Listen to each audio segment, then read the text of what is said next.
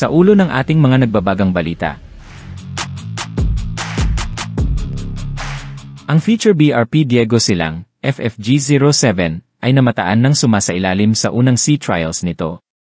Ito ay hudyat ng pagsisimula ng huling yugto bago ito opisyal na maisama sa puwersa ng hukbong dagat, na inaasahang maihahatid sa third quarter ng taong 2025.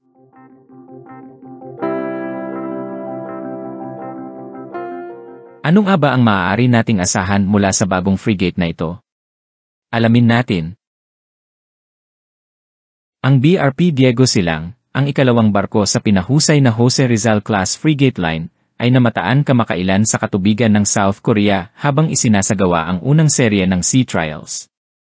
Itinayo ng Hyundai Heavy Industries, ang barkong ito ay bahagi ng Horizon 2 Modernization Program ng Pilipinas na layong palakasin ang kakayahan sa pagtatanggol at pagbabantay sa karagatan.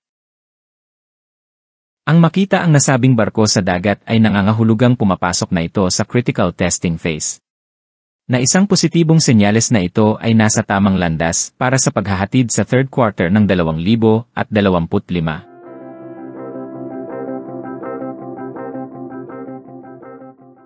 Gaya ng mga kapatid nitong barko, ang BRP Jose Rizal, FF150, at BRP Antonio Luna, FF151, ang Diego Silang class ay gumagamit ng modernong HDF 2600 design.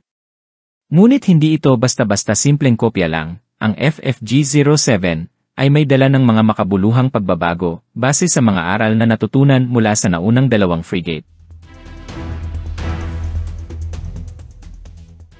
Masasabi naman na mahalaga ang sea trials. Dahil sa mga yugtong ito sinusubok ang lahat, mula sa propulsion system, navigation at communication equipment, hanggang sa combat management at weapon systems integration.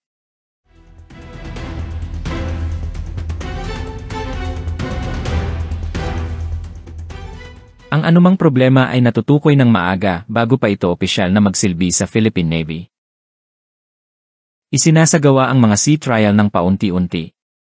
Ang unang bahagi ay tumutuon sa integridad ng katawan, propulsion, at maneuverability.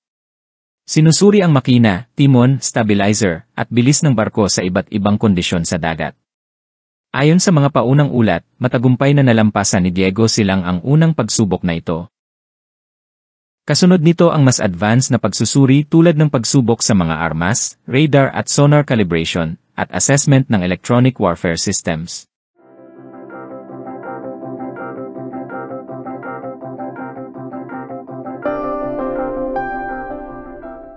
Ang BRP Diego Silang ay kumakatawan sa bagong pamantayan ng kapangyarihang pandagat ng Pilipinas.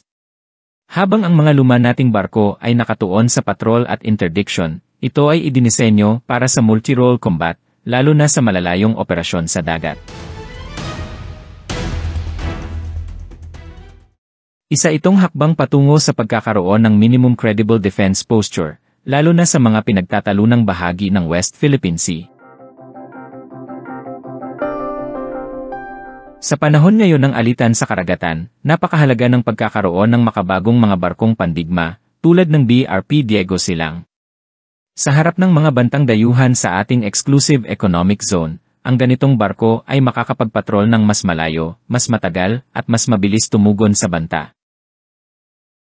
Mas malawak ang sakop, mas mataas ang kakayahang makakita ng banta, at mas mahusay ang interoperability sa mga kaalyado gaya ng Estados Unidos, Japan, at Australia. Ang Diego Silang ay nagbibigay ng makabuluhang presensya sa dagat. Ang barko ay bahagi ng pamatagalang modernisasyon ng hukbong dagat ng Pilipinas.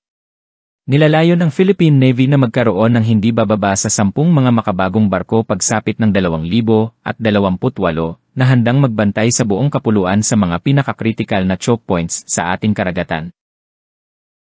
Sa kasalukuyan, may serbisyo na ang BRP Jose Rizal at BRP Antonio Luna.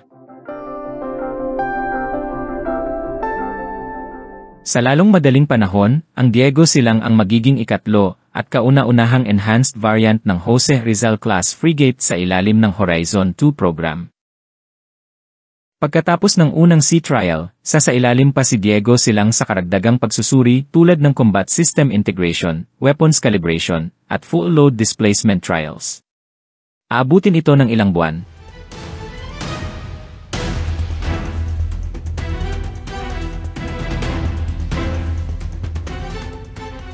Kapag nakapasa na sa lahat ng requirement at inspeksyon, formal na ibibigay ng Hyundai Heavy Industries ang barko sa Philippine Navy. Kung walang aberya, maaaring maganap ito sa pagitan ng Agosto hanggang Setyembre 2025. Bago pa ito umuwi sa Pilipinas, sasanayin muna ang mga tauhan ng barko sa Korea. Saklaw nito ang aktwal na pagsasanay sa operasyon, maintenance ng sistema, emergency response, at coordinated fleet maneuvers. Sa oras na makauwi ang barko, handa na ang crew para sa anumang misyon at pamilyar na sila sa bawat bahagi ng barko. Bago pa mai-deliver sa Pilipinas, sasailalim muna sa pagsasanay ang mga tauhan ng nasabing makabagong warship sa Korea. Saklaw nito ang aktwal na pagsasanay sa operasyon, maintenance ng sistema, emergency response, at coordinated fleet maneuvers. Sa oras na makauwi ang barko, handa na ang crew para sa anumang misyon at pamilyar na sila sa bawat bahagi ng barko. Ang pagkakita sa BRP Diego Silang na sumasailalim sa sea trials ay hindi lamang senyales ng progreso, ito ay simbolo ng tumataas na kakayahan, ng paninindigan sa pagtatanggol ng bayan, at hakbang patungo sa makabago, mabilis, at mahusay na hukbong dagat. Habang hinihintay natin ang formal nitong pagpasok sa serbisyo sa taong 2025, ang barkong ito ay magiging haligi ng ating pambansang seguridad sa karagatan. Masasabi naman na ng dahil sa mga pagbili ng barko tulad ng BRP Diego Silang, ay patunay na seryoso ang bansa sa pagsusulong ng isang makabago at maasahang hukbong dagat. Sa tulong ng mga makabagong teknolohiya, pinahusay na disenyo, at matinding pagsasanay ng mga tauhan, ang barkong ito ay hindi lamang dagdag sa bilang ng mga sasakyang pandagat, ito ay simbolo ng pagbangon, determinasyon, at pagsusumikap ng bansa na pangalagaan ang ating karagatan at soberanya.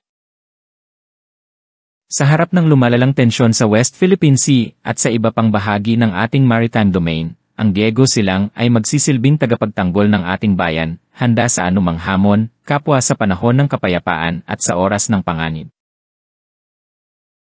Habang papalapit ang formal na pagpasok nito sa serbisyo, huwag nating kalimutan na ang bawat hakbang sa modernisasyon ay hakbang din patungo sa isang mas ligtas at mas matatag na kinabukasan para sa sambayanang Pilipino.